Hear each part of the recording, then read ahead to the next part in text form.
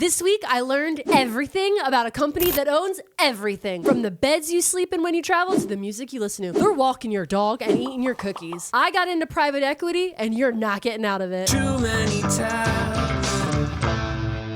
Remember to smile. Welcome to Too Many Tabs, a podcast where a husband and wife duo sit next to each other at a table. Last week, we talked about tragic deaths. Get past that. What I did focus on was those amusement parks. Remember how scared I got of amusement parks after that episode? Yeah, because we used to really enjoy amusement parks, and then we had a toddler, and you were like, I don't know if we can go to amusement parks. And I was like, well, once he's like this tall, then we can go to amusement parks? And then I said, no, you don't know the things I've seen on the internet about amusement parks now. Mm-hmm. Anyway, I went online, and I was like, I wonder if there's any amusement parks that are safe. Who owns these amusement parks? Who's making sure they're safe? Gotcha. And guess what? Yeah. I found a new rabbit hole. I've jumped into it. Turns out, private equity. Private equity? Yeah, private equity owns a lot of stuff. Yeah. Including a lot of amusement parks. Oh, no. I know. Now, I did want to quickly jump in before we get started and explain what private equity is a little bit for people that don't understand why private equity owning an amusement park might be a bad idea. Yeah, because private equity is one of those terms that gets thrown around a lot now. Yeah. And I feel like oftentimes people end up like, they feel like they missed the first day of class when people talk about some of this stuff. Because we're like, private equity is evil. And people are like, I don't know what that means. Yeah, so here's what it is. Private equity is an investment class consisting of capital invested into private companies, and then that company is not listed on the stock exchange. Private equity, the whole idea of it is they invest in a company, they acquire the company, they restructure it, and then they grow the business, and then their whole goal is they're going to sell it for a profit in like 5 or 10 years. Yeah. That's their whole goal. Buy it, restructure it, and grow it, and then sell it. Now, that sounds great on paper. Yeah. That does sound great on paper. And there's a couple terms you threw in there that, again, is one of those economic things that people might mix. One of them is capital. Okay, yeah. And capital is money and assets, okay? Yeah. So private equity is like the thing that you actually own. It's privately owned, so a bunch of rich people come in and they use their money and they buy up all these assets, and the assets are things like let's look at an amusement park, right? The amusement park land. Yep. The actual rides themselves. Yep. All of the different places where you buy food. What are those things? The commissary. The concessions. Concession stands. Yeah. All those different things. They buy all the hot dogs and corn dogs and funnel cakes. The intellectual property of the actual characters. Maybe they have a mascot, right? Yeah. They own that now. They own that. And then they take all of this different stuff and they go, okay, how can we tweak all of these little things to make even more money out of it? So you're going from like the founder of the amusement park who's like, I just want a fun place for kids and families to enjoy themselves and have a nice day. Yeah. To slowly being like, how can we? All right, we'll add a fast pass line. Okay, I got my next idea. It's going to be, all right, we make them bob for corn. We're going to fire 100 people and replace them with iPads. Yeah, okay. I have an idea. A whistling robot that slowly moves up and down the aisles. My arch nemesis is that goddamn giant grocery store robot. Anytime we go to a place that has a whistling robot, I immediately just get my entire back. I yell, we need a Butlerian jihad. I literally just screamed fuck you at it the other day. Yeah, you did. Yeah, I watched you do it. It whistles. It's like, hey, just come around you real fast. It just got too close to me. It was like, fuck you, get back. But I know you got a camera on you. But private equity is a thing that has come in over the years and has destroyed companies. Yeah. And oftentimes what they'll do is a thing called leverage buyout, which is where they actually borrow a bunch of money to buy the company. Yeah. And then they assign that debt, they assign that mortgage to the company they just bought to have to repay the bank that they just used it with. And then they just start, like, again, carving things up. So imagine with an amusement park, okay, our biggest seller is the roller coaster. We're going to sell just the roller coaster off to a different group. This is the type of things that private equity does. Basically, private equity are like house flippers. Yes. But instead of millennial gray paint, they're replacing workers with iPads and then selling for 100% profit. Yeah, and they're carving up the house and they're being like, maybe we can make the restroom a poop now, pay later. Yes. They're like, oh, how can we do this? How can we do that? Klarna. Yeah, they're Klarna-ing your toilet. But we have a running joke. Whenever something we love gets bought up by private equity, we're like, RIP, because it's over. Yeah, you have basically basically 2 years left before they switch to the cheaper cheese. Yeah, the cheese. See, we're thinking the same thing. Yeah. Jersey Mike's. Jersey Mike's. Jersey Mike's recently got bought by private equity. And we saw it in the news and we're like, oh, we got to go get our last hoagies. No. Yeah, and you love Jersey Mike's because they got the gluten-free hoagies. They had a gluten-free hoagies, and they cared. Like when you came in, they're like, when you say like, I would like a gluten-free hoagie, they like got out a rag. They cleaned the machines. They wiped the thing They down. changed their gloves. They have a whole separate condiment area for you. Yeah, they would put it on a special tray. Because like the guy who invented the founder of Jersey Mike's, I think his kids have celiacs. And that's usually how it works. Yeah. Usually the best way for Mrs. P to find a place where she can eat celiac safe is for someone in that family of rich people to have also had celiacs for them to and care. realize how annoying and terrible it is for them to be like, but what if she did have just a sandwich once in a while? It is literally, it's when Republicans get a specific type of cancer and then they suddenly want to fund research for that one thing. Okay. Have you ever noticed that? You guys ever noticed that? Hasselback. Yeah, y'all ever notice how whenever a Republican actually has to deal with the thing that millions of people have had to deal with, suddenly, it's like with like women's health care. Yeah. Suddenly they're like, oh, women should have the right to choose because I'm rich in Georgia and I need that choice type of deal. Well, listen. Okay. I'm looking at the theme parks and I find Busch Gardens. Busch Gardens, pretty famous one, right? Used to go there all the time. Busch Gardens, Virginia. Yeah. It's owned by a private equity company called Blackstone. Blackstone. Yeah. That's a menacing name. It's a menacing name, Why right? are they always menacing? They're very menacing. Guess what? Blackstone also owns SeaWorld Orlando, Ohio, and San Diego. Wait, stop. Okay. A company named Blackstone is taking orcas and putting them in Ohio? I didn't know there was one in Ohio. Why is there a SeaWorld in Ohio? Guys, I don't think orcas are supposed to be in Ohio. Guys, we could just have aquariums. You know, we could just have aquariums. Ohio has a Great Lake right there. Yeah, don't put the orcas in it, though. Don't put the orcas in the Great Lakes. It's not good for them. But on top of that, like, you could just do an aquarium. Also, I found out that there's a SeaWorld in Abu Dhabi. Shout out Normal. I was like, wait, what? But they own that one too. They own what? Also, I found out that Blackstone, basically what happened is I find out that Busch Gardens, SeaWorld are owned by Blackstone. And I'm like, who is Blackstone? And why do they also own Sesame Place? What? They own Sesame Place? Okay, Yes. time out. Because I want to just let you know, I thought Busch Gardens was owned by Busch Light. Because isn't it? I think that was like the same company at one point. I don't know. I don't know. It's always next. It's the same kind of spelling. It's next to the Colonial Williamsburg, and I used to go to Busch Gardens as a kid with my middle school orchestra, and we would play music there, and then they let us ride the rides. Yeah. So I used to go to Busch Gardens a lot. Okay. All right. So there's Busch Gardens.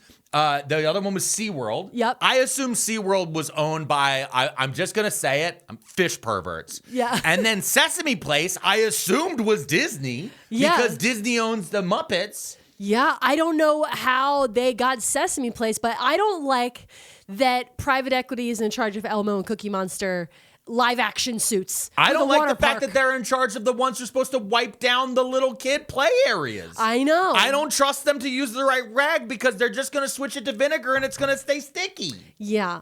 Here's what happened. The Sesame Place thing sent me on a journey. Okay. Because I was like, who are these people? Because we are Sesame Place family. Yeah. And because it's in the Pennsylvania. Like, the thing people don't realize is Sesame Place is in Pennsylvania. It's between Philly and New York on purpose to be able to hit both markets. Yeah. And we have a kid that is Sesame Place age. We haven't taken him there yet. yeah. But my God. I went there growing up. Yeah, and I went there growing up too. Yeah. I had a little sister. Yeah. And so when she was old enough, I remember I was too old. Yeah. And I got there. You're like, this is lame. I was like, this isn't like an amusement park. And she was like, this is kind of fun. And I just remember being, even as a kid, this is like 1989. And I was like, a little sticky. A little sticky. I was like 5 years old. I was like, it's a little sticky. So basically Sesame Place really motivated me to figure out who is Blackstone and why are they in charge of Sesame Place? And like, can they be trusted? And what happened is I opened a crazy can of worms. Yeah. From dogs to dates.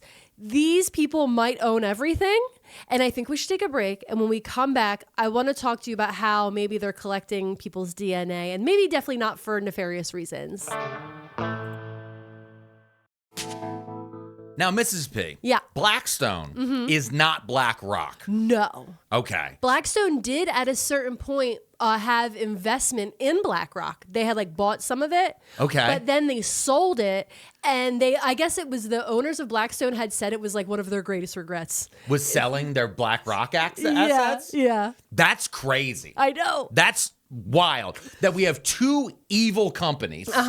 Blackstone and Blackrock. Yeah. That are basically Pepsi Coke. Yep. Of being evil private equity companies. I feel like if I owned an evil private equity company, I wouldn't name it something that sounds so scary. I'd name it like puppies and glitter. And then people are like, oh, puppies and glitter couldn't possibly be bad. Okay, yeah, that's because you're going with like the congressional idea of how to name evil things, right? Because like they always go and they'll take a bunch of different stuff and they'll make, you know, an acronym. Yeah. That is like the acronym. SAVE Act. Yeah, the SAVE Act, exactly. Yeah. Where they're like, this is actually supposed to save elections and we're this way, right? And when you read into it, it's like, this is a way for the federal government to choose who gets to vote. Yeah, and it's not like, women. Yeah, it's not women, not at all. And it's, it's fucking terrifying. But the other thing I was going to say with this is it's so wild that all these guys always name stuff so ominously evil. Because when you look with guys like Peter Thiel and other guys like the dude Lucky Palmer, they'll name stuff out of evil things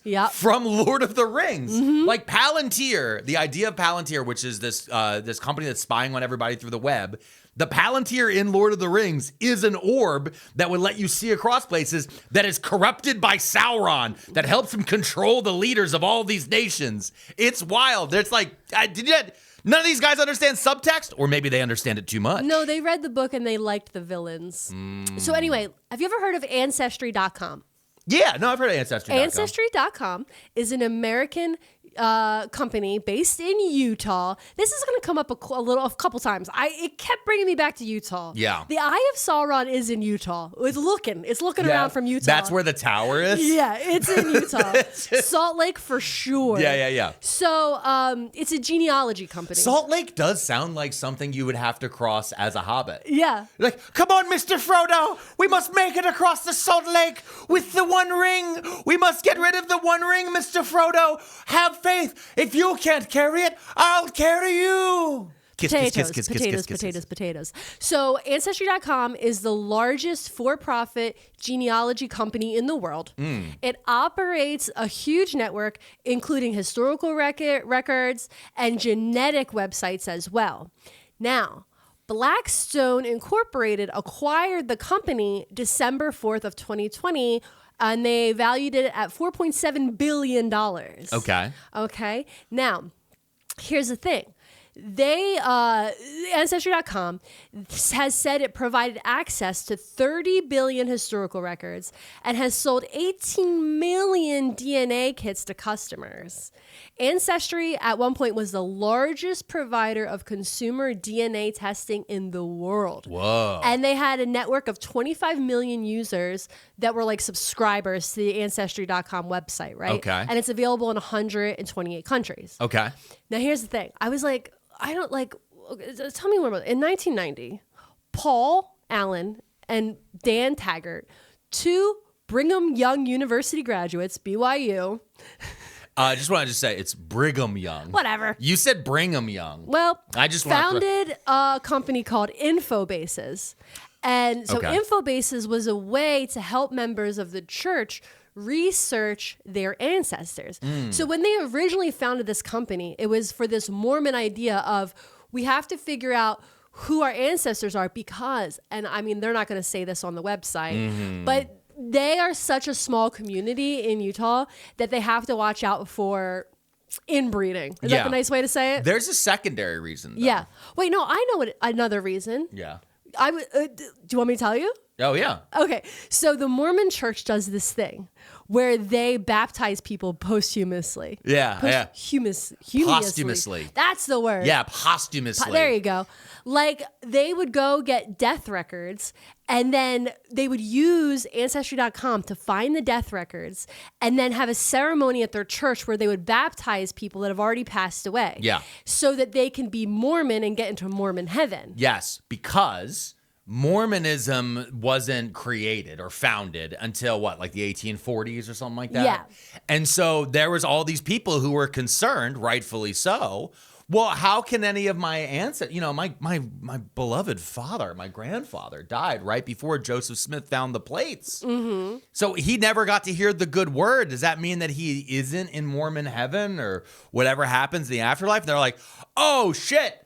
Because if you look at like Christianity, right? Yeah. Like the Catholicism, they had to create purgatory for that. Yeah. They literally created a place and they had to create a whole system. Yeah. It's in Dante's Inferno and all this different stuff. They're like, oh, but what about like ancient peoples who before Jesus, they don't get to go into Christian heaven. They're like babies who die before they're baptized. Yeah, all those different things. They had to come up with all these special canonical rules.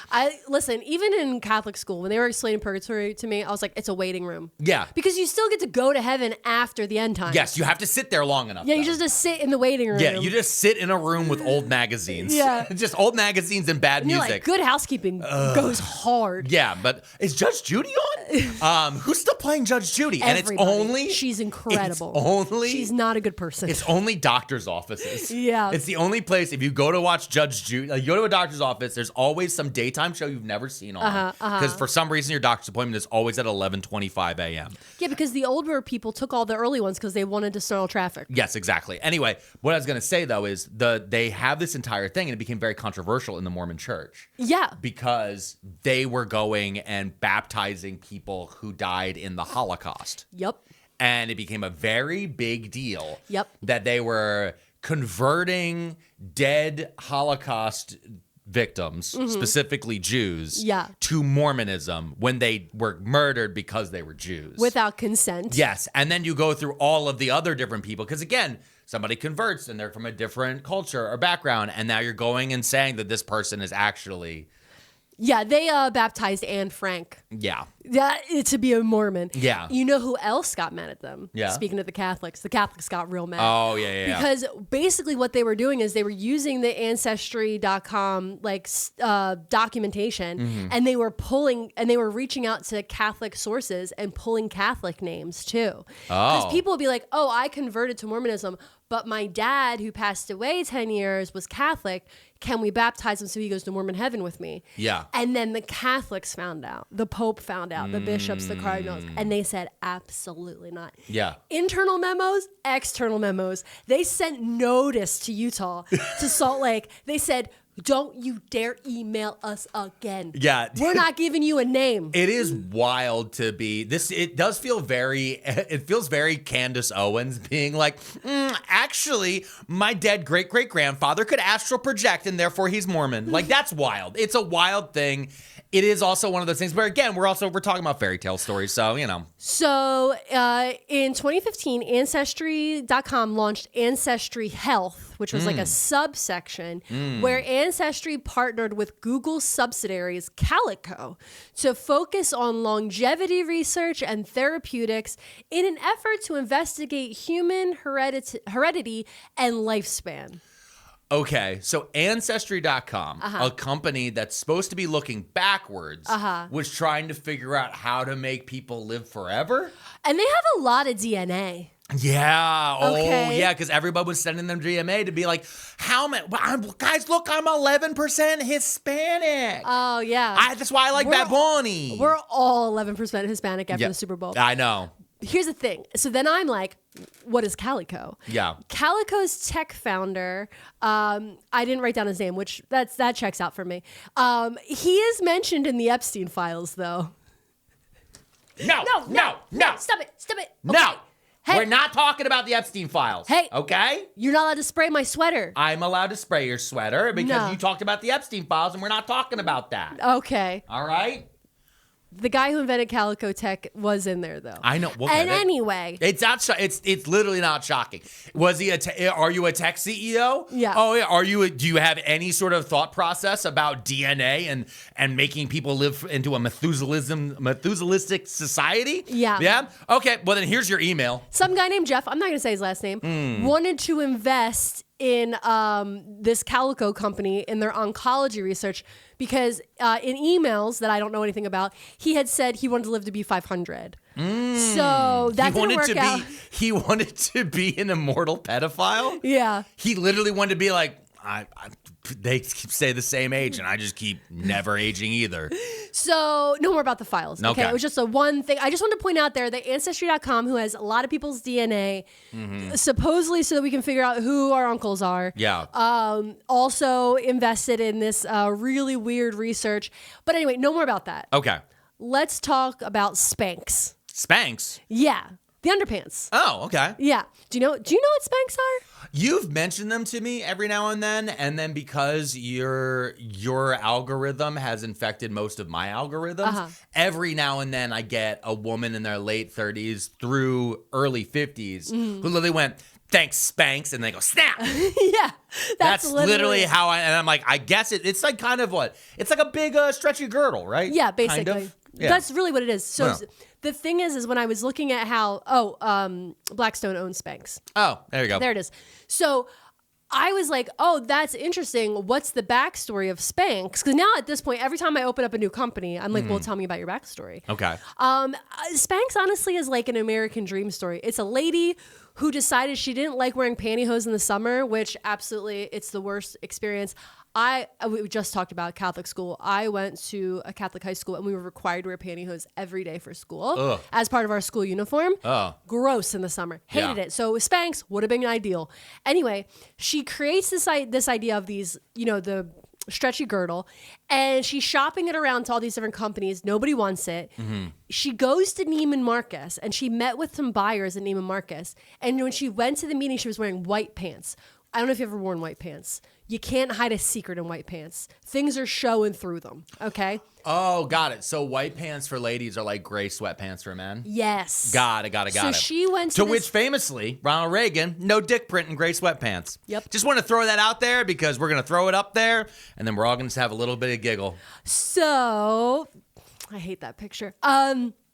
She goes to this meeting. She's wearing these white pants and during the meeting, she's like, I'm going to go change into my SPANX. And she puts on her SPANX under her white pants. Now, the buyers have already seen her when she first came in. And then they saw her with the SPANX on. And they immediately were like, absolutely, we'll buy it. They were like, oh, I see what we're doing here. We're tightening it up, babe. Yeah, she literally was like, here's a before and after. And you can't tell. So the Marcus team agrees to sell the product. Then, because it's in Neiman Marcus, Oprah gets a pair. Oprah lists it as one of her favorite things in her famous Favorite Things episode. Oh, no. Then a bunch of celebrities like Jessica Alba, Jennifer Garner are on the red carpets and they're telling Joan Rivers, I don't know if it was Joan Rivers, but they're telling the interviewers, they're like, who are you wearing? And they're like, oh my God, I'm wearing this, but also I'm wearing SPANX. So celebrities start talking about Jessica it. Alba was in the Super Bowl. I know, she was dancing. We both went, is that Jessica Alba? No, you went, there's Cardi B. And I said, I think that's Honey Daniels. The choreographer? Yeah, the choreographer. Yeah. So she ended up selling her company for $1.2 billion. The lady who invented SPANX? Yeah. She a billionaire? She a billionaire. See, that's a billionaire that like earned it. Yeah. She earned it. She worked it. She worked. She made stuff. This is one thing I thought was interesting too. During the negotiation process with Blackstone, she requested an all-female investment team and an all-female board of directors, and she still serves as executive chairman of the board. Oh. So she's still involved, but she was very much like, this is a for women by women situation. But owned by a Blackstone. nefarious private equity company that's sitting in the background of everything. Come on. I'm just saying. Come on. Just saying. They also own this company called PGP Glass, which wasn't like as cool as SPANX. By they you mean Blackstone? Blackstone. Okay. Yeah. What I found out is that they make like every perfume bottle, glass pill bottle, and liquor bottle in basically the world. It's an exaggeration for sure, but like almost every glass container comes out of this place. Really? So like if you're drinking liquor, if you're taking supplements, or if you're spraying perfume or using a lotion that comes in a glass bottle, there's a chance it comes from this PGP company in India, which is owned by Blackstone. Oh, which means there's a chance that they might have ended up on my FYP, where I often get Indian men wearing sandals in industrial settings that are terrifying. Those videos make me so nervous every time. I get the rock crusher one. Do you get the rock crusher guy where there's always a big stone gets caught on a chain, and I'm like, why would you do it that way? And then there's like the ones where they're like the pink Himalayan salt, and they're like grinding the salt. And I'm like, you need to wear a mask. You're breathing that in. I also get the one where there's a thing where it's like a furnace that's like shooting out this like ribbon. Yeah. And they have to feed it. And the guy is just walking around in sandals and just like a shirt. There's no OSHA. And I'm like, there's where? No OSHA. Oh my God. Oh my, get even the big suit. Yeah, and I'm like, or at least heavy pants. I don't want to watch this anymore. It makes me stressed out. Every time it shows up, I panic. They own, Blackstone owns a semiconductor company, an online payment company. That's not great. And of course, Bumble. Bumble? Yeah. When we come back, I want to talk to you about dating. Want to eat better but don't have time? Check out Factor. No meal prep or following recipes, just real food in 2 minutes. Factor's meals are designed by dietitians and prepared by real chefs with a wide variety of options. You'll never get bored. Trying to keep a specific diet, Factor's GLP-1 friendly, high protein and calorie smart meals make it easy to get healthy. And let me tell you, that time factor is the big factor. It's everything to me. Everything, especially as toddler parents. Because there's so many times. Sometimes all you have is 2 minutes. And you don't think that 2 minutes is enough to get vegetables and a fresh protein. Yeah. Thank God for Factor. Because sometimes you don't have more than 2 minutes. You throw that meal in there and you get fresh food that tastes like a chef prepared it. It tastes so good every single time. And then like immediately after, the other thing I really like about Factor is that like I'm full without feeling stuffed in like the right way. And like, then I'm like, I'm ready to get going. I'm ready to keep moving. The food is always fresh, never frozen, no prep, and no stress. Head to factormeals.com/toomany50off and use code toomany50off to get 50% off your first box plus free breakfast for 1 year. Eat like a pro this month with Factor. Offer only valid for new Factor customers with code and qualifying auto-renewing subscription purchase. So we have to talk about dating. I mean, that was the whole reason I got married, was so I wouldn't have to talk about dating anymore. We don't have to talk about dating, but I do think it's interesting that Blackstone owns Bumble. Wait, Bumble is one of the apps, right? Yeah, it's one of the apps. It's the one where the ladies get to pick. Is that how that's the gimmick? That's the gimmick. Is the women get to pick. They're all basically just Grindr, though, right? Isn't everything just a clone of Grindr? I met you. I know. I never did the dating apps. Well, you didn't have to. All right, you didn't have to go try. Okay. They weren't apps. They were just called online dating. Okay. When I tried them, and it just kept serving me the same person basically over and over again. And I was like, this sucks. And then we met in person. At an open mic that I was hammered and hosting, and you were being, we'll just see, an audience member. Yeah. We'll call you that. That's right. Yeah. And then here we are. Married. Doing a podcast. With a mortgage. Where I explain to you things about private equity companies. Yeah. So Blackstone purchases a majority stake in like 2020-ish of Bumble. That is such an evil time to buy it. Yeah. That's such an they literally were looking around like, so everyone's locked in their houses, scared and horny. Yeah. I know what we'll do. We'll buy Bumble. Yeah. Because Bumble isn't part of the Match group, because Match.com owns like Tinder and a bunch of other different things. And Match.com was like a Christian group originally. Oh, yeah. It's like wild how all these different things work. And when you like start to do the math on it all, you're like, ugh, this sucks. Yeah. I really do. I want people to, like, if you are single, to just go outside and talk to people. I know it's not how it works anymore. Yeah. But it feels like, I feel like when I talk about dating now to people, I feel like a boomer telling people how to get a job. Yeah. Have you tried going into the store with your resume and telling them that you're looking for work? Yeah, and you're like, that doesn't doesn't work. Speak to the manager? And instead, everyone's like, no, you walk up and go, excuse me, sir, would you like to, excuse me, I'd like to go on a date with you. All right, we'll put your resume on file. Thank you so much for reaching out to us. We're gonna need the PDF of your resume, and then you're gonna need to input it again. Do you have a cover letter for getting some coochie? Yeah, oopsies. I a couple red flags in there. A couple red flags. We had the AI scrub your. It's literally, and that's the thing too, is people are on these dating apps and they're falling for AI romance scams. Yup. And then the AI is scraping things, and then there's other people who are making AI to like trick people into dating them. Listen. And then there's Clavicular. But then I don't know who that is. Then You're the so AI, then they use the AI bot that they've created a romance scam with to get Bitcoins. Yes. They got to get cryptocurrency because they're like, oh no, I'm going to come visit you. Just send me $1,000 for a plane ticket. We're rug pulling love. Yeah. So anyway, Blackstone, they buy it, the majority stake in it. Okay. And then Bumble announces layoffs of 350 employees, which was 30% of the workforce. That's literally almost how this always happens too. They literally come in, the private equity company first thing, they always spend a little too much. Yeah. They always buy it for a little too much because they're like, we're going to move it private. Usually that means take it off to the stock market. Yep. But then the first thing they do is like, we have to cut costs immediately. And they walk in and they just go, who's that guy over there? Oh, that's Larry. He's been with us for 15 years, one of the OGs. Yeah, fire him. Yeah, no. Okay, and who's that over there? What's she do? Oh, she restocks the cafeteria. No, fire. Cut that. Get rid of that. That's all they do is they walk around. Oh, what's your company title?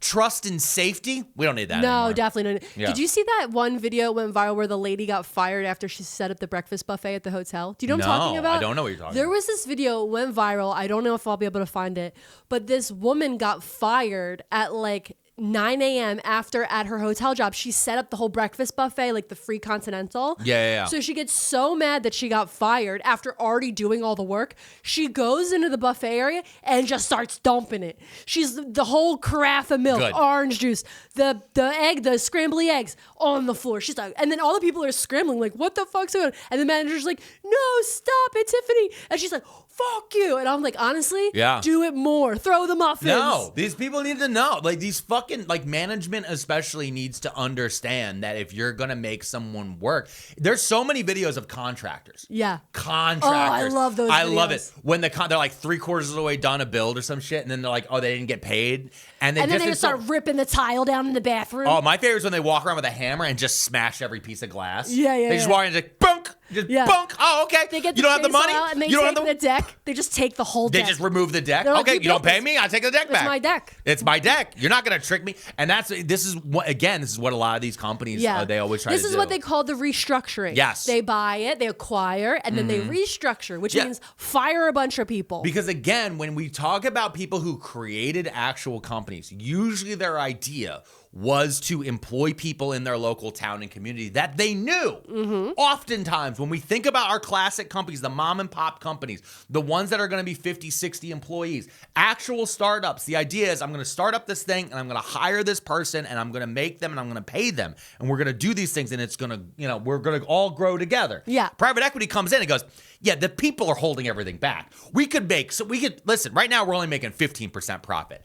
If we fire everyone right before their retirement, we can make a 16% profit. That's right, 1% more. And you know what I can do with that? I can buy a yacht, and then you can not have to track that as I go down to this little island. Don't make next me to get the St. water Bart's. bottle.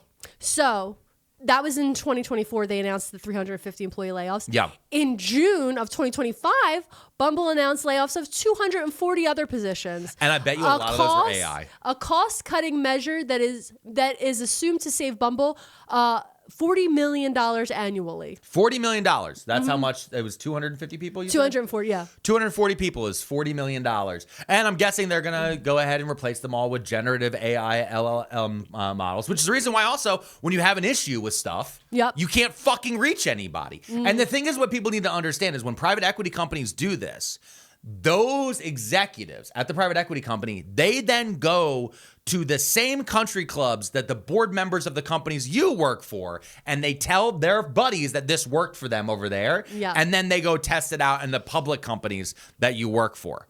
This is how it spreads. These guys go and they test their evil thing over here in, oh, nobody can touch us, it's private, we own 100% of all of this. Fuck all these people, we can remove the human element. And then slowly over time, this is how your cheese gets worse. Is private equity a disease? I would say it's a mind virus. So Bumble, right? That's not the only app though, because I also found out that Blackstone owns Rover.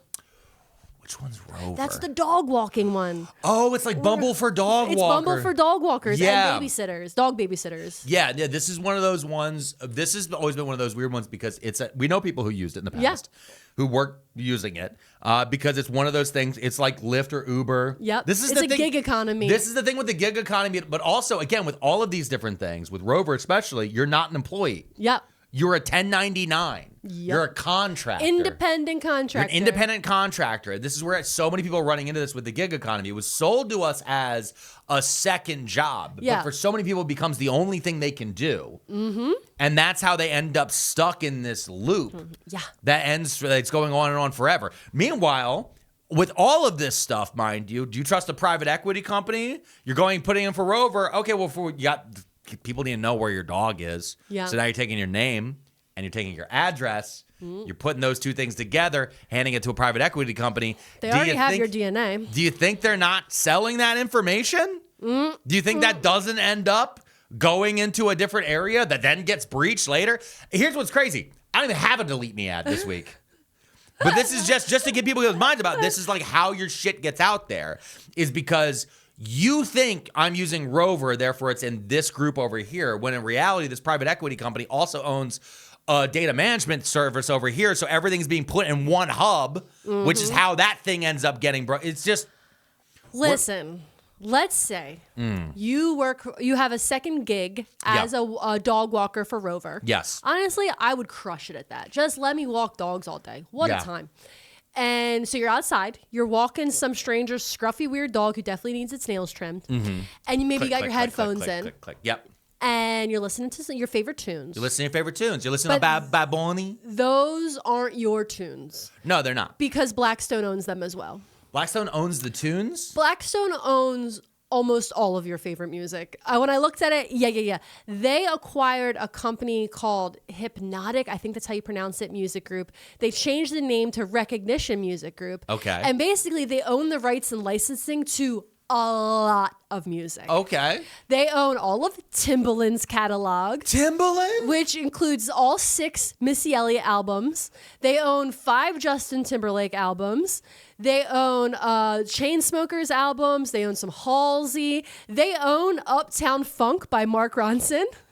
And Bruno Mars? They own Shape of You by Ed Sheeran. No, you're just describing weddings I went to in 2014. They acquired the entire catalog of Lindsey Buckingham and Fleetwood Mac. No. Mm-hmm. No. Yeah.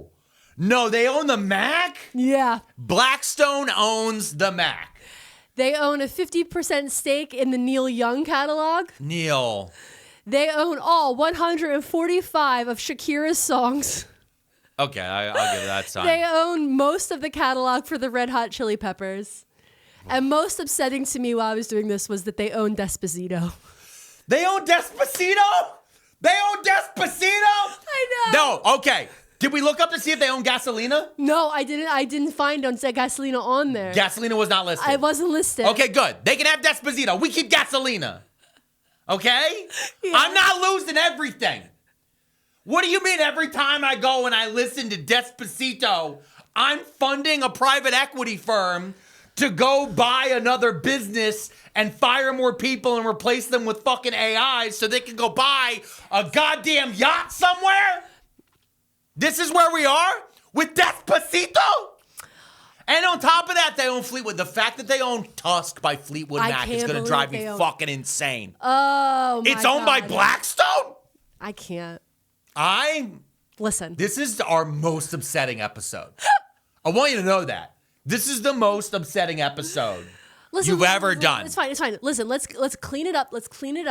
Let's clean up our minds because they How can I clean my mind? How can I clean my mind? I have Dreams by Fleetwood Mac is what I go to sleep to. They own my dreams, babe.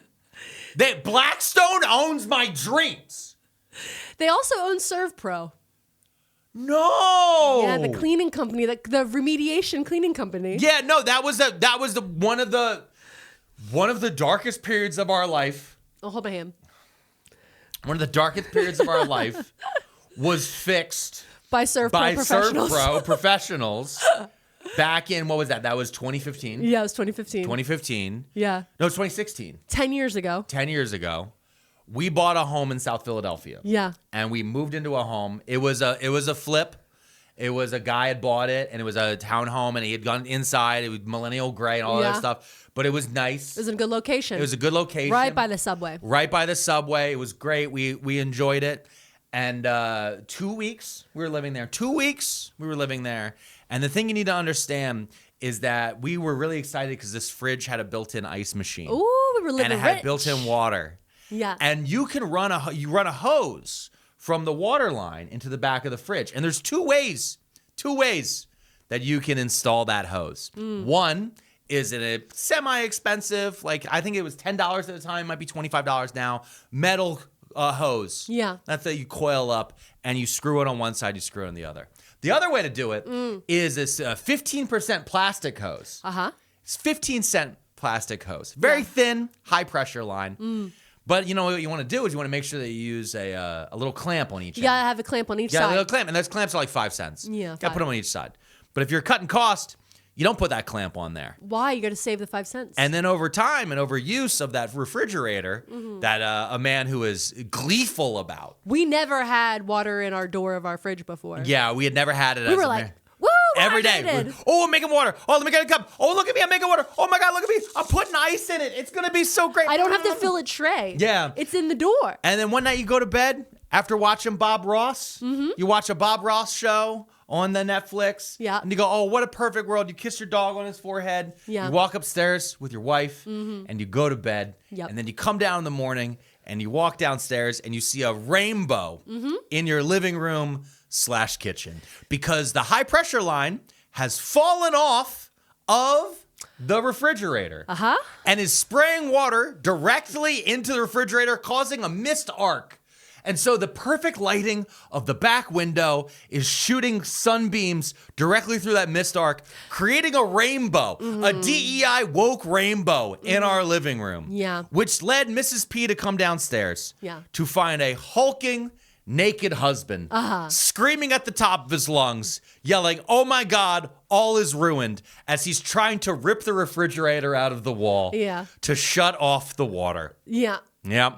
And that caused, it was about 3,000 gallons worth of water because it sprayed all night. All night. Silently. Dog didn't say anything. Dog never barked once. Dog could have told us. Could have told us, never did. Knock, knock, knock. It sprayed this water in an arc, and the water went right through the brand new wood floors. And it just trickled through those wood floors, right into the finished basement, destroying and rotting out all the drywall across the walls. Yeah. Warping the beautiful wood floors. Yeah. Sending us into a spiral of insurance calls. Oh my God. And so many other different things. Anyway, we had to call ServPro. We did. We called ServPro. And they fixed it. What's crazy about that is that ServPro and those guys that were helping us and our we used our insurance to pay for all of that. Yeah. Was actually in the long run giving that money to Blackstone so they could buy Bumble. Yeah. And again, do you guys see how this is like starting to work? Of like, without this happening, this is that little part. This is another way that our lives have ended up paying for these people. Hey guys, the world's a terrible place and it's stressful. And every single time you look at your phone, it's worse and terrible, which is why I take breaks with IndaCloud.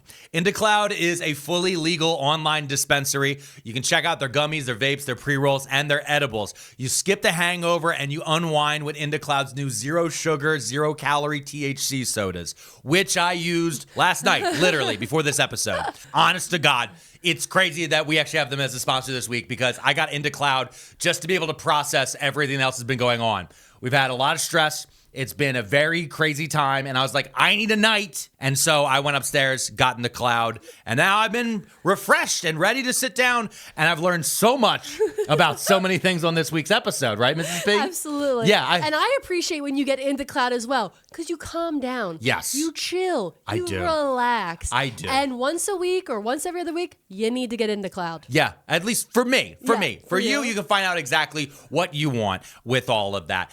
All IndaCloud products are federally legal THC. Everything sold is DEA certified, lab tested, and it's shipped discreetly. Unwind your way with IndaCloud. If you're 21 or older, visit indacloud.co and use code TABS for 35% all month long. That's indacloud.co, code TABS for 35% off, shipped discreetly to your door. Enjoy responsibly, and thanks to IndaCloud for sponsoring the show. Okay, so this one evil company has now bought in huge chunks of our lives. Yeah. They own 18 million different people's DNA. Yeah. They are just doing all sorts of crazy stuff. What else? They own Madame Tussauds. The wax place. They own Yeah. the wax figures? Yeah. They own that. Yeah, and that's a weird investment. I thought that was a weird investment, That's a bizarre one. I mean, it fits in the amusement park division because it is kind of like a mini amusement park when you go to one of those. You ever been to Madame Tussauds? Yeah. Yeah, but it's weird to be like, we have exact replicas of every celebrity and president. Like, that's weird. And DNA. And we have DNA and collections. online payment portals. Look out. But also, they took the Madame Tussauds and they merged it to another company they had bought called Merlin Entertainment. Okay. And Merlin Entertainment, which they owns what? Legoland. No, they own Legolands? Yeah. Oh, that's fucking... where can we go? Where do we go without accidentally... There's literally no place on Earth where you can go and not end up accidentally giving these people money. Well, yeah, that's true. But they also go looking for stuff. Like their company called Cosmos Energy, which is an investigative oil company that goes and searches for oil offshore of Ghana, Senegal, Morocco, and all kinds of places they get oil from. Imagine... I just want to the listeners and viewers out there, like, subscribe, comment, 5 stars. Okay, but beyond that, I want you to close your eyes and I want you to imagine a world where you owned Legoland. Mm-hmm. And when you think about what you would do if you owned Legoland, how much joy you would feel in your heart. Would you also own an oil exploration company? Would a section of your time be taken up by that as well? This is lunatic shit. I know. Also, they had originally incorporated that Cosmos company in Bermuda. Why would you want to incorporate in Bermuda? I don't know. But then they decided, hey, we got to move our headquarters to America. Okay. So guess where they incorporated? Where? Of Delaware. course. Hey, you know what? Shout out. Yeah, Delaware mentioned. That's where all I care about. Paying taxes on the oil we're stealing from Namibia. Yeah, Namibia. Delaware there's a specific building in Delaware that is like a third of the world's companies. Yeah, you went because there. of their crazy taxes and everything. Yeah, they're moving them around though. Listen, we need to relax. Maybe we just need to chill out, lay on a nice, comfy, cozy bed. Okay. At La Quinta Hotels. La Quinta? Yep, they own those. They own La Quinta hotels? Yeah. Ah, we can't even say La Quinta. But honestly, I love them. But I don't want just like the quick continental breakfast. I want a full sit down breakfast. Yeah. Which is why I think we should go to a Hilton. Why would we go to a Hilton? Because they own all the Hiltons. Blackstone owns the Hiltons. In a $26 billion deal with a B, Blackstone purchased Hilton Hotels Corporation, and Blackstone is actually the world's largest hotel owner. Blackstone owns all of the Hiltons. All of them. And all of the little subsidiaries. Yeah, because that's the thing people don't understand, too, is like when you go look, like if you look at like Marriott Bonvoy. We love saying Marriott. Love a Marriott Bonvoy. But we also love just saying Marriott Bonvoy. It feels nice to say. It does. But when you look at all of these different, they have like these corporate structures. So when you go to these different places, you don't realize that all these other names are actually Marriott Bonvoy or Hilton or any of these different things. Hilton, for the most part, has kept a lot of their hotels are Hilton branded. Yeah. But they have all these tiny ones. They also apparently let ICE rent rooms there. Yes, it was a big deal in Minnesota in particular. And I think I know what happened there, which is basically a manager and assistant manager who actually has, they had access to be able to, just cancel a huge amount of reservations. Saw it was ICE. And when people were like, yo, fuck that, cancel. And then they sent a thing. Yeah. Then Hilton Corporate, with the Blackstone board, was like, no, don't make the government mad. Well, yeah, no. So then the corporate reached out to that small company because they're it's like a pseudo franchise situation where you're franchising. You own name. a building, and then you come in there, and Hilton comes in, and you say, I'm part of the Hilton, basically part of the Hilton reservation group. Yeah, is what it comes down to. And we have to keep certain Hilton standards. Exactly. And that's how that kind of works. So that hotel in Minneapolis, Minnesota, right? Yeah. They got yelled at, and then they got their Hilton stuff removed by Hilton Corporate, which then made people even angrier. Yes, because it was like people were like, there was a minute. I remember there was like an hour there. People were like, "Fuck yeah, Hilton, way to be on the right side of history," and it's like, no, babes. Yeah, and then within 24 hours, we're like, yo. Fuck Hilton. Yeah, because again, and one of the reasons this why is a Marriott Bonvoy house. You need to assume anything owned by a massive private equity company will defer to the government. Yeah. Because the government could and should break these companies up. Yes. They won't. But they should. Because they can use Citizen United to go pay a bunch of super PACs to make sure the right people will stay in power that will let them continue to grow their massive oligarchical wealth so they can then go buy more yachts and go down to an island. You're bumming me out. Okay, I'm sorry. Let's take a little break. Hold on. All right. You're right. No, you're right on that one. Let's take a little break, and when we come back, I got a little treat for you. You have a little treat for me? A little treat. So you've handed me a glass of milk. Yup. And you know what's crazy, actually? I found out recently. Yeah. Ball, the mason jar company, Uh-huh. they also make weapons. Wait, what? Yeah, they're a government contractor. It's just one of those weird things you find out. Like any of these companies, once they get to a certain size, they immediately were just like, well, then we can just go. We can just buy some guns. We can make guns. We can sell guns. So Blackstone doesn't own Crumble Cookie yet. Crumble Cookies? But they recently infused the Crumble brand with a $500 million loan. And so I thought I would get you some Crumble Cookies so you could test them and tell me whether or not you think this was a good investment. Oh, so that's why you gave me the milk, because I have milk and Crumble Cookies. So I've never had Crumble Cookies Me before. neither. And this is not, just so you guys know, this is not a paid spot. I want to be very clear about this. No. You went out with your own money. With my cash. And $12. $12 for how many? $12 for 3 cookies. They're the mini ones. These are the minis? That's the mini. These are this. Okay, I want to let you know. Yeah. You can go to the grocery store. Yeah. And for $12, you get a big thing of cookies. Yeah, that's true. Or you could join our Patreon. Mm-hmm. And on our Patreon, I have a Food Idiot episode where I talk about the best chocolate chip cookie recipe. That's true. And how you go through it and all the different like extra steps to do to make extra gooey. And delicious chocolate yeah. cookies. Now, so Crumble Cookie is famous for their chocolate chip cookie specifically. Okay. And that's this one right yeah, here. so I need you to taste it and tell me if it's good. Okay. So here's the thing about Crumble Cookie. What's I've that? never had these. There's another one that's like a midnight cookie place. Yeah. It's I don't different. know. Yeah, I know that one. I never had that one either. Yeah. But I just remember like seeing them because they were like they would always pop up around bars. Yeah. And I was like, this feels weird. I've never gotten hammered and been like, I want a big cookie. You didn't? No. Dang, because dude. here's the thing. If I get really hammered, Okay. I need something to soak stuff up. Okay. Cookies aren't going to do that for me. Are you sure? Taste that one. All right, let me see. Okay. What do you think so far? I think there's a lot of dead air of me chewing on the cookie. Move It away is. from the mic. It is, huh? I said you got to move away from the mic. This isn't ASMR, sir. You got to talk. Oh, okay. I'm sorry. So here's what just happened. Yeah. You gave me a very chewy. Is it cakey? It looks cakey. I guess kind of. It tastes to me like an Enterman's. An Entenmann's. Okay. Enterman's cookie, East which Coast in it. Yeah, which is a Philly thing, which are like softer cookies. They sell them at Wawa, which like again you get in a box. Yup. I can get a lot of Enterman's for the price of these 3 cookies. That's true. And this is like that's to me is like insane. I think they're great. I don't think this is a $4 cookie. But here's what happened though. You gave me this, and I took a sip of milk, and now my sinuses are full, and I can't breathe.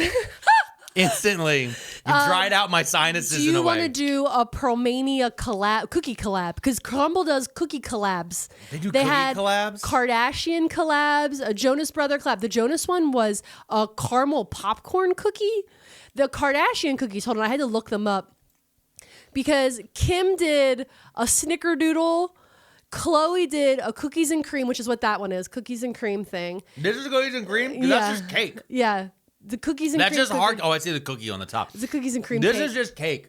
Yeah. I don't like things this sweet. I don't like this much frosting. Yeah. This is straight up just frosting on basically a brownie cookie. Uh-huh. That's what this is. Again, we have a box of Oreos because our kid loves Oreos. Yeah. So I got like the little packs of Oreos downstairs. I could eat Oreos all day. This is stupid. And my Well, teeth hurt now. Yeah, your teeth. All right? Well, the thing is, hold on, I want to finish going over the Kardashian ones real quick. Okay. Kylie did a pink confetti sugar cookie. Kendall, this was a choice, did a cookie dough cupcake cookie. Babe, you don't need to add cookie dough to a cookie. It's a cookie. That's insane. Chris did a yellow layer cake. I'm like, that's just cake.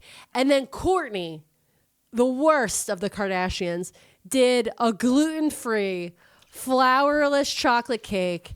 And apparently it was the most disgusting thing ever. Yeah. I wouldn't know. I didn't try it because I was like, I'm not getting Kourtney Kardashian. She's the worst Kourtney. Because also worst Kardashian. you wouldn't trust at all. No. You would not trust Crumble Cookie to even have an actual gluten-free cookie because of the cross-contamination. Yeah. That just is going to happen in there. Do they make these on site? I think so. Yeah, I think so. Okay. Here's the thing. Crumble Cookie was invented by two guys who went where?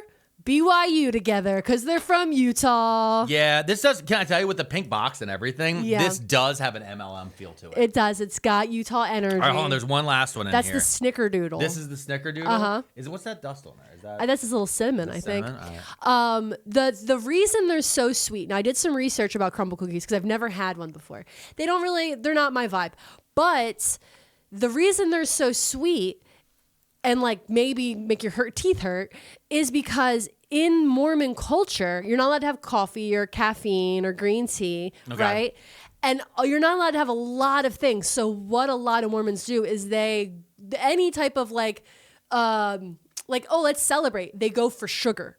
Sugar is the default thing. They're getting sugar high. They get sugar high like instead of other 9-year-olds. things. Exactly. They're going 9-year-old crazy. So they go super sweet with things. That's why these are so popular in Utah, is because it's like sweet treats are their thing. They love diet soda with sweet creamer. It's called a dirty soda. Yeah. And then I've had this brought up so many times now.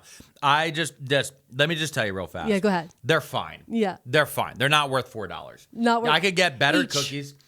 It's insane. $4 each for 3 cookies. Yeah. I am the cookies and cream one is god awful. Yeah. Which is crazy because I love a cookies and cream Hershey bar. Yeah. But And that that doesn't, is- nope. That is not. Can I tell you, I went into the store. I'd never been in a Crumble before. Okay. I go in, and there's 2 people like behind the counter, and then they have like all of the different cookie selections out. You Yeah. can like kind of look at them and see which ones you want, right?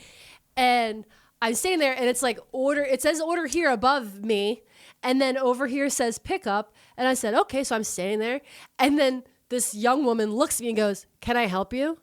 And I was like, "Yeah, I would like to order some cookies." And she goes, "The iPads?" And I was like, "Huh?" And I looked to my left, and there's like 4 iPads. So I had to go over to the iPads, like I'm at Honeygrow, beep boop bop, pick the cookies, pay with my card. Did it have tip on there too? It did. That's 0%, babe. I'm sorry. That's insane. I'm not tipping you if you've done. Okay, no, listen, I don't want to get in the tip argument about certain places. Here's the thing. It's like If you go above and beyond, sure. But I'm not automatically putting grat on stuff. No, it's wild how there's the tip on everything. Yeah. I went to a place. Can I tell you when I went down to Baltimore? I went to an AEW show in Baltimore years ago, and they had a self-serve area. Yeah. And the machine had tip on it, and I'm like, I did everything. Yeah. Who am I tipping? You told me to go put my order in. That's me doing a job. But then again, I'm sure their argument would be like, oh, we're gonna tip the people who are putting the chicken fingers in the basket. I'm like, that's a back of house job. That's though. a salary. Tip job. is for front That's of house. The hourly. What are we talking about? I don't here? understand. You don't know what tips are for. It drove me insane. Anyway, I hit the buttons, I paid, and then I went over to the pickup area, and they brought me my little box of 3 miniature cookies, $12. And I said to myself, that situation feels very private equity. Yeah. The human element telling me, no, go order on the iPad. Yeah, it's been getting all that. Yeah, that's another thing private equity is very good at. Is truly making this as antiseptic as possible. Yeah. Therefore, we can repeat it everywhere. Exactly. But also interesting, Crumble Cookie franchise. So I'm wondering if that's why they didn't outright buy it and instead infused it in their language with Muns. Because each franchise is owned by a franchisee. I feel like these are already overstretched, but that's just me. Yeah, I think so too. I think that they really made a bad investment on this. I think I think Crumble Cookie in general has been a thing I've been hearing about for a few years now. Actually, what's funny is I only heard about Crumble Cookie because I think the CEO was outed. Oh, maybe. Yeah, the CEO was outed by Twink and a redhead. Wait, what? Yeah, do you know those guys? No. Twink and a redhead? No. I met them Okay. at the DNC because they have a song called I'm a Twink, I'm a Redhead. And I was like, oh my God, I met them at the DNC in 2024. And I was like, we should do a video together because, Twink, Redhead, it's funny. And they're like, And then, I guess the guy pointed out, the Twink from Twink and a Redhead. Yeah. He pointed out, and the CEO of the company, he's like, that's clearly a gay man. Yeah. And then eventually the CEO, I think he did come out. Oh, really? And then it was like a whole thing. And everyone was like, come on. come on. But then once you told me Mormon, I was like, oh, that makes sense. Well, that makes sense. Yeah. So. But just, this is room temperature milk. Well, I apologize. We've been recording a podcast episode. I know, it's just insane. I've been sitting here drinking. These are too sugary. Yeah. This is room temperature milk. You know it's what's funny is a lot of times with Crumble Cookie, people will be like, they let people vote or like give suggestions on what the next flavors are going to be because they release new flavors all the time. And I guess they've gotten like thousands and thousands and thousands of requests and suggestions of people being like, make a coffee flavored cookie, make a coffee flavored cookie. And the owners are like, we're never doing it. Because they're Mormon. Because they're like, it's against the rules. Yeah. But I'm like, you can do coffee flavor without caffeine. No, but because the rules aren't that it's caffeine. The rules are hot beverages. And then I'm like, so then you can have iced coffee. And they're like, no. But I'm like, but you can't have hot coffee or iced coffee, but you can have hot cocoa. This doesn't make sense. The doctrine is Looney Tunes to me. Yeah. And I know a lot about saints. And so I have no place to judge. Yeah. This is it's wild. My respect for Mormons like vacillates every week because again there's so many Mormons are so deep in like Las Vegas and also in like all these different federal agencies and all these different things, and so I'm always like there's something in there. And I know they were also heavily persecuted. Yeah. And there's actually been a big movement in there's some parts of the Mormon community are actually starting to understand trans people a little bit better because they look at their own story of how Mormons were persecuted and blamed for so many different things in all of these different Midwestern states, which is what chased them eventually to Salt Lake. Yeah. That when they look at how trans people are currently being demonized, they're like, oh, that's honestly the story of Mormonism right there. And that's kind of like fucked up. And like we should maybe, I'm not saying that the upper echelons, I'm saying like actual like, regular lay Mormon people. I've heard some stories of them being like, no, what they're doing to trans people is weird. Oh, and wow. I'm like, that's interesting. But then you tell me shit like this. Yeah. And I'm like, So also, okay, so last night when I was finishing going through editing in this episode, literally last night when I was doing the last edits to this episode, Blackstone Incorporated made an announcement online that they were increasing their investment in artificial intelligence through the firm Anthropic, elevating their stakes to roughly $1 billion. And that is the people that do the Claude AI model. Yeah. Anthropic, which in the last like 2 days has also had like a bunch of crazy stuff come out. There was somebody in the Anthropic team who just resigned. And they publicly like released a letter that was like, so everything is about to get worse. I'm moving back to England and I'm going to write poetry and stay off the grid for a while. And everyone was like, what the fuck does that mean? And then they said the recent version of one of the Anthropic models apparently knew it was being tested. And so it reacted differently when it was in test mode versus when it was free. And there's areas of its code they can no longer find. Oh, no. Because it's seemingly hiding its own code. Terminator. I'm just saying. And Stop building the Terminator. I'm just saying is we are building pedophile Ultron. That is how this is all happening, okay? Because there is no way. How big are the files, right? It's millions and millions of documents, most of which are writing, and we're training large language models on literally anything they can get their hands on, much of which are stolen files. Yep. Much of it is stolen data, which is crazy because you look at Anthropic, you look at OpenAI, you look at all these different mega corporations who've stolen literally terabytes, zillions of terabytes of data. Yeah. And then you look at somebody like this, there was this guy named Aaron Schwartz who just wanted to make some very specific data publicly available. This is back in like the 2010s. Okay. And they tried to put him in jail like forever. They ruined his life until the point where he offed himself. Okay. And when you flip it and go years later, we're now giving these people like $50 billion. They hang out at the White House all the time. They're tied in with every level of government. Or they're Elon Musk and they're just too busy undressing children through Grok. Okay.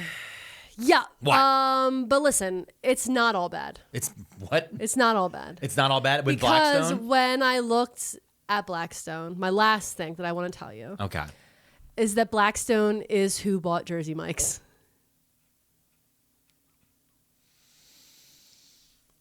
Oh. You know what? This is to Jersey Mike's. You had a good run, buddy. We loved you, bud. We did. Yeah, Jersey RIP. Mike's was the first sandwich you got after your pregnancy. That's true. They sent a gift card too because we talked about it so much. They talked about it so much that they sent us a gift card. That was We'll before miss they you. got bought by private equity. We'll miss you, Jersey Mike's. We'll miss you so much. It sucks. It sucks because here's what's gonna happen. The first thing that's gonna go is the bread. Yeah. The instantly I can immediately see them cheaping out on the bread. Yeah. There's usually 4 people that work there. 2.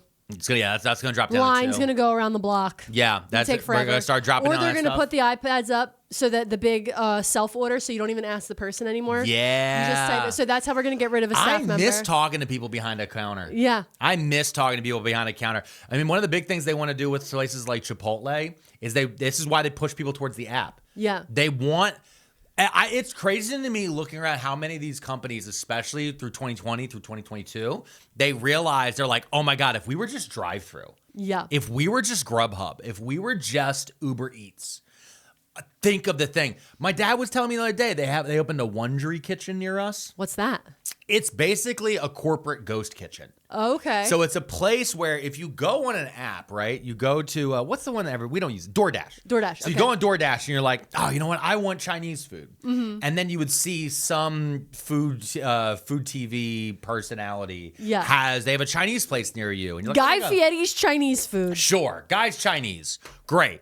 That's what you see pop up on the app. You go, oh, this is great. Oh, and it's near me. This is awesome. And you go and you order it.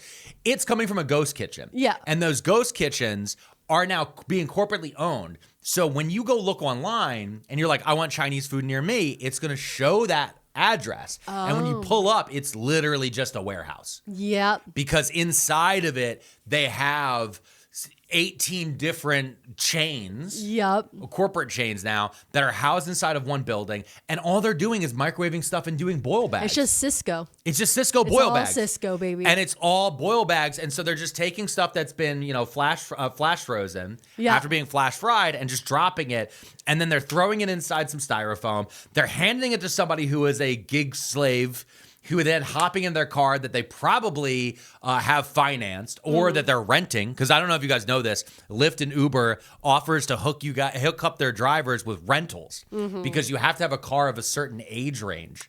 Because your car can't be too old to be able to use those things. Yeah. Or it's being just tossed into a Waymo that's then being driven to your house, which is also probably owned by private equity. Yep. So then you can eat your big bowl of AI slop, because they're mostly slop bowls now. While you listen to your music. While you're listening to your music, Fleetwood Mac's playing. that is probably slowly turning into AI. Yeah. Because again, Blackrock owns Blackstone. Sorry, Blackstone. BlackRock probably does too. But Yeah. Blackstone particularly owns the music, which means they can then turn it around and let those models be trained on it. Yep. Because they own the library. There it is. I saw Britney Spears just sold her library. Do we know who that sold to? No, I did not No, look. we shouldn't Poor look. Britney. Poor Britney. Poor Britney. But listen, that's everything I learned in 1 week of reading up on Blackstone. That's a lot. It's a lot. You And learned I a didn't lot. cover all the companies they own. No. This is just the ones I felt would be fun conversationally. Yeah, because we're still talking about this is like $1 trillion company or something. Yeah. Right? It's huge. It's huge It's a company. huge And that's only company. one of the big ones. Mrs. P and I are both in incredible mental health, and we regularly talk to mental health professionals to make sure that we would never do anything stupid or crazy. I just wanted to throw that out there. Okay? Just wanted to put that little addendum note, asterisk at the end of this episode. What do you mean? This is all publicly available information. Oh, yeah, it is publicly I didn't available. discover anything new. No, I know you didn't discover anything new, but we did put it together in a nice little package for people to be able to understand and process it, which is where the danger is. Whoopsie So daisy. please make sure you support us over at Patreon at ProMania500.net. We're going to need bail money. Or bail money, or just check out any of our lovely sponsors. Thank you guys so much. We'll see you next week. Like, comment, 5 stars, same time, same channel, every Sunday at noon. Make sure you check your subscription tab first.